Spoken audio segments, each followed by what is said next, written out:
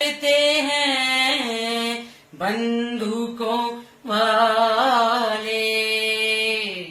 एक निहत्थी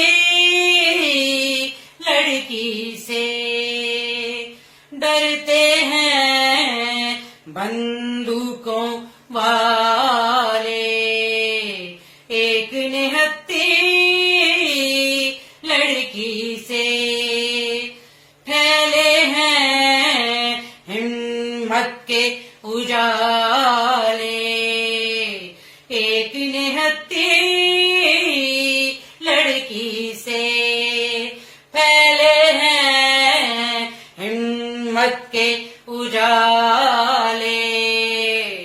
एक निहत्थी लड़की से डरते हैं बंदूकों वाले।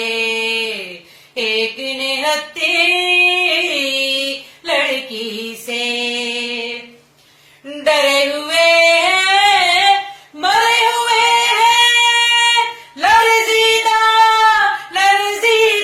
है। मुल्ला ताजिर जनरल जाले।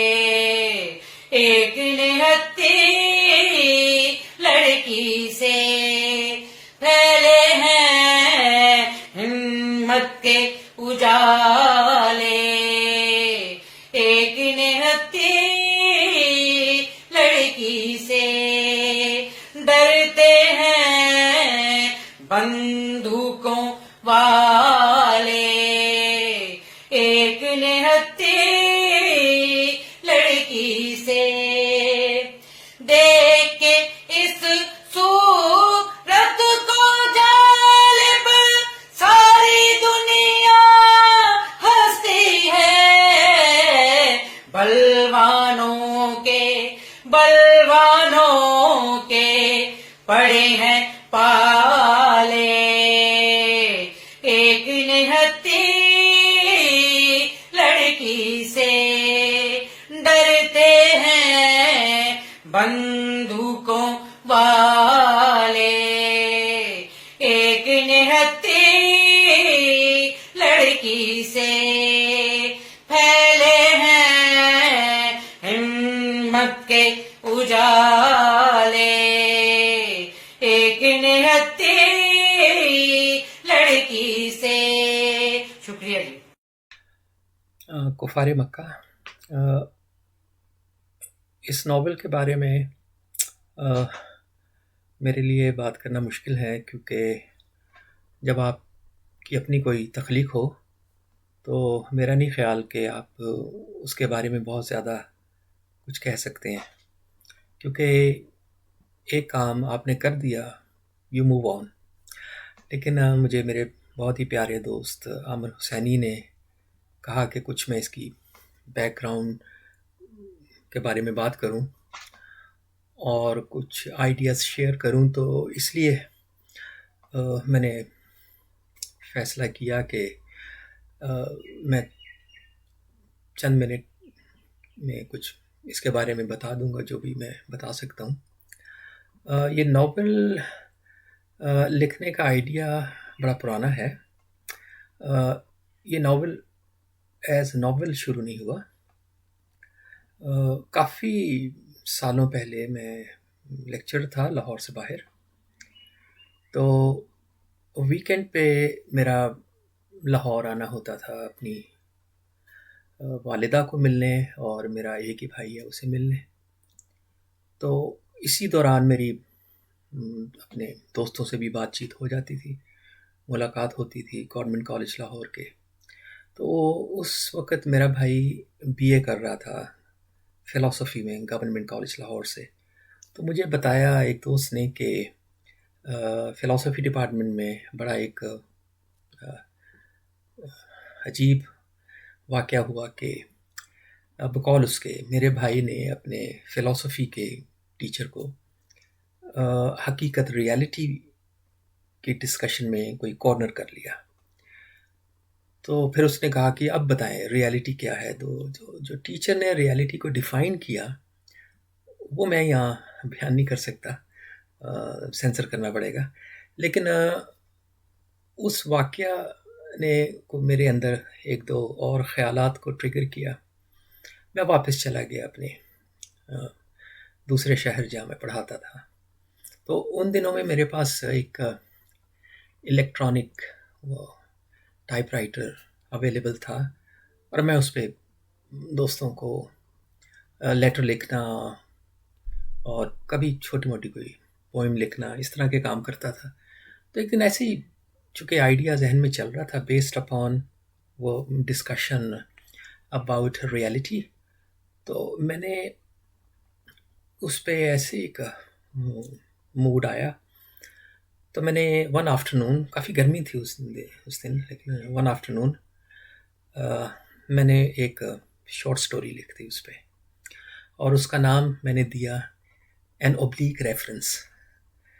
वो शॉर्ट स्टोरी ज़ाहिर है उन दिनों में ज़ियाउल हक का दौर था, वैसे भी फ्रीडम नहीं थी ख़ास लिखने की और इंग्लिश में शायद नहीं छपता था। मैं खुद भी इग्नोरेंट था कि कहाँ छापने को, वो मैंने अपने पास रख ली और कुछ अरसे के बाद मैंने ब्रिटिश काउंसिल स्कॉलरशिप विन किया और मैं लिंग्विस्टिक्स पढ़ने के लिए ग्लासगो स्कॉटलैंड चला गया।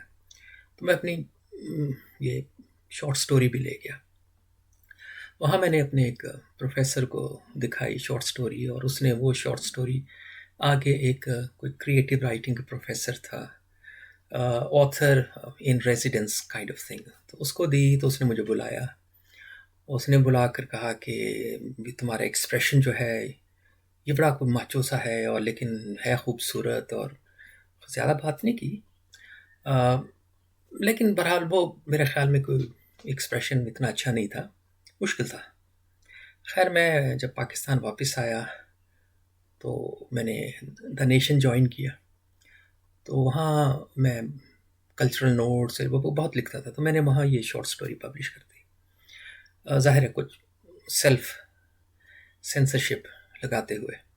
लेकिन कोई सेटिस्फेक्शन नहीं हुई, क्योंकि ऐसा लगता था कि जिस तरह ये कहानी बता रही है कि भी इसमें कुछ चीज़ है जो मैं लिख नहीं पाया। वो कहानी बेसिकली एक लड़का होता है, उसको एपिलेप्सी होती है और वो अपने सर्कमस्टांसिस की ही tries to make sense of the world around him.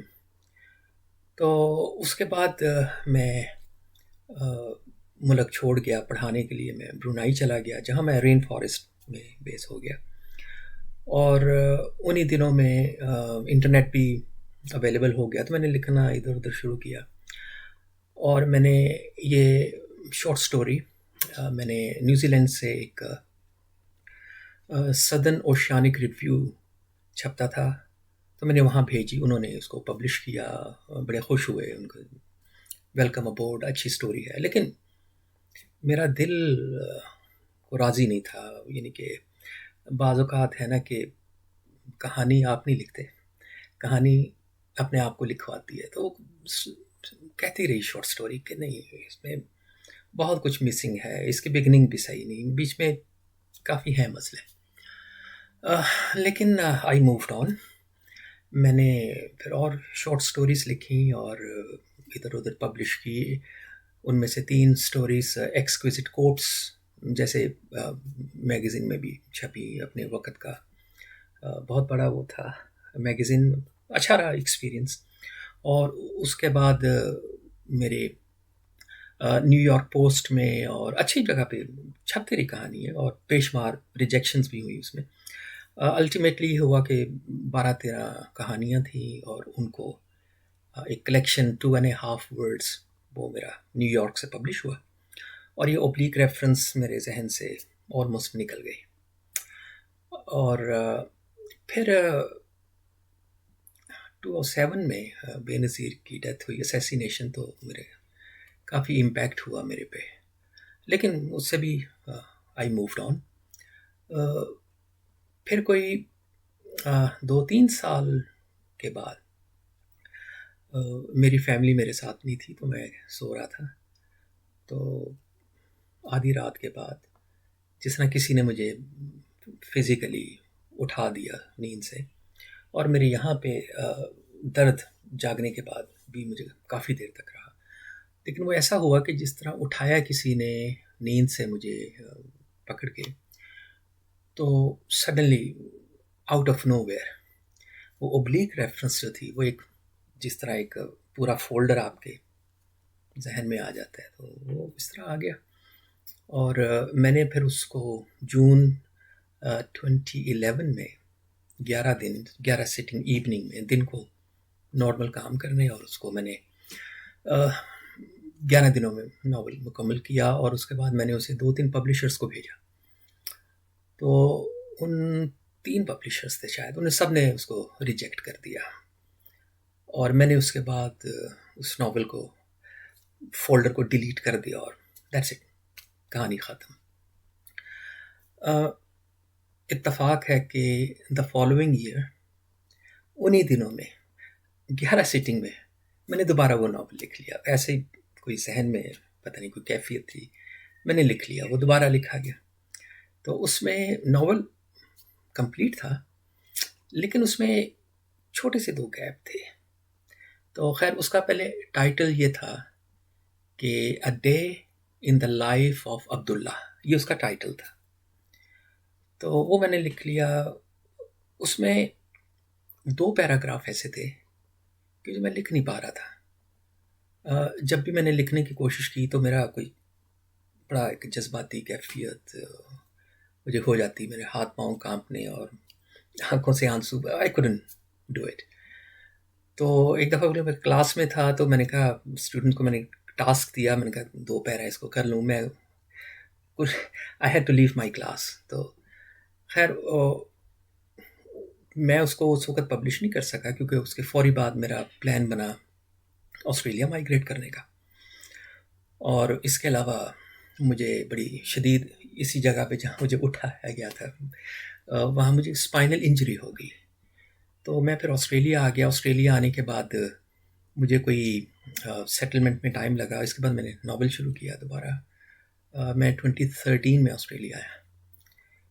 तो मुझे कोई 8 महीने से ऑलमोस्ट साल समझ लें, 8 महीने आगे पीछे, मुझे वो 2 पैराग्राफ जो थे इस नावल के, वो मुकम्मल करने के लिए मैंने लगाए।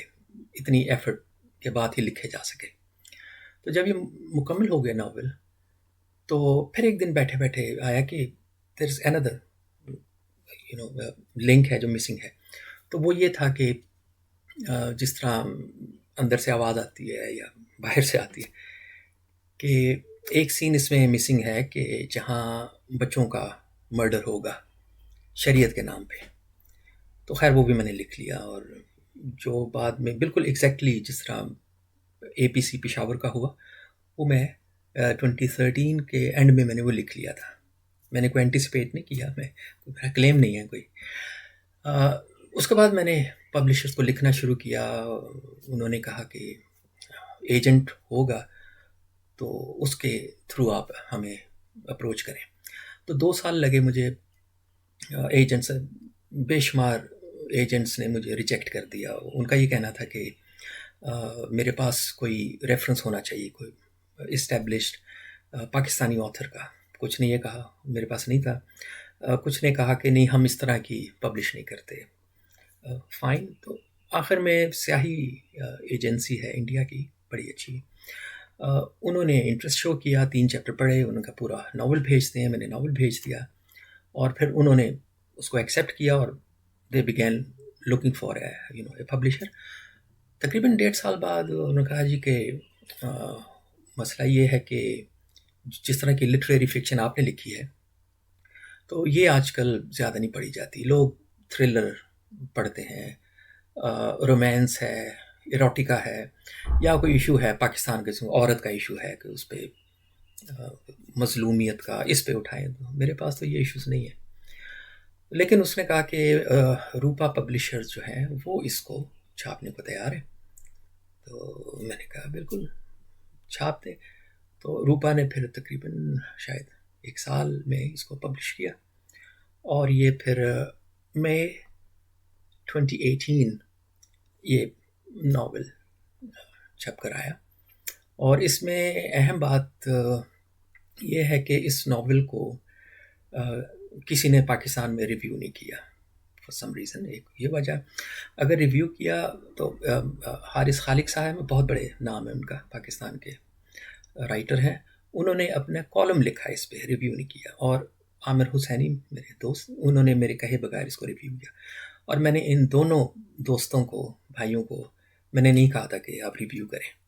लेकिन हैरानगी की ये बात है कि मेरे काफ़ी दोस्त ऑनलाइन फेसबुक या वैसे थे, कुछ ने ऑफ़र किया कि वो इसको रिव्यू करेंगे, और कुछ को मैंने रिक्वेस्ट की।